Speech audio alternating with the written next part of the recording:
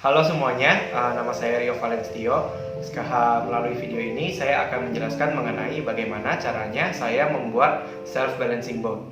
Sebelum mulai ke pembuatannya, kita mesti tahu dulu nih apa itu self-balancing boat. Self-balancing boat adalah kapal yang dapat menyeimbangkan diri sendiri. Nah, untuk proyek saya kali ini, saya hanya membuat single axis saja ya. Pertama, kita masuk dulu ke bahan. Bahan pertama yang kita butuhkan, yang pasti adalah sebuah kapal mainan. Selain kapal mainan, kita juga membutuhkan microcontroller Arduino Uno. Setelah itu, kita membutuhkan sensor kemiringan MPU 6050. Kita juga membutuhkan DC-to-DC converter XL4015. Sebuah servo sebagai aktuator, juga sebuah SD card modul untuk mengambil data. Sebuah distribution board yang merupakan paralel dari dua kapasitor 0,22 mikrofarad dan juga 100 mikrofarad. Selain itu, ada barang-barang kecil seperti kabel, lem, dan baterai yang perlu kita sediakan juga. Ini adalah skema rangkaian dari self-balancing boat ini.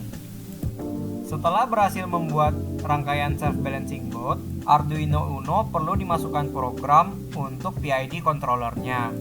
Untuk mengetahui konstanta dari PID tersebut, perlu dilakukan percobaan seperti ini. Percobaan ini dilakukan untuk mendapatkan nilai KP.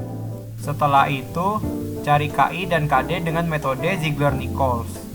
Setelah mendapatkan KP, KI, dan KD, kita bisa menentukan controller apa yang ingin kita gunakan untuk kapal ini. Bisa berupa controller P, controller PI, maupun controller PID. Untuk menguji controller mana yang lebih bagus, kita bisa melakukan percobaan ini. Percobaan ini disebut pengujian transient response. Cukup menyediakan baskom, kemudian kapal diberi kemiringan tertentu. Setelah menentukan ingin menggunakan controller apa, kita dapat menguji sistem kontrol kapal dengan memberikan gelombang dari alat pembuat gelombang. Nah, di video ini terlihat kapal belum bisa mengembalikan posisinya sendiri. Hal ini terjadi karena kapal belum diberikan controller apapun.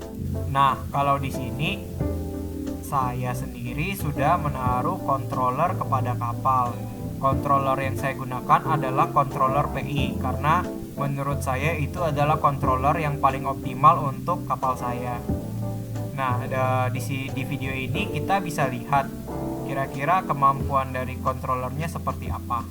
Meskipun kapal terlihat tersangkut kabel, namun kapal dapat menyeimbangkan kembali posisinya.